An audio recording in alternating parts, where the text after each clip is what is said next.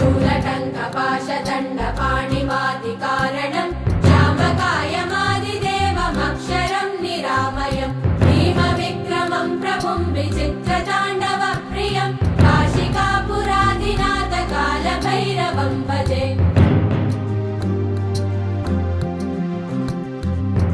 मुक्तिदायकम् प्रशस्तचारुविग्रहम् भक्तवत्सलम् स्थितम् समस्तलोकविग्रहम् विनिक्वलन्मनोज्ञ हेम किङ्किणी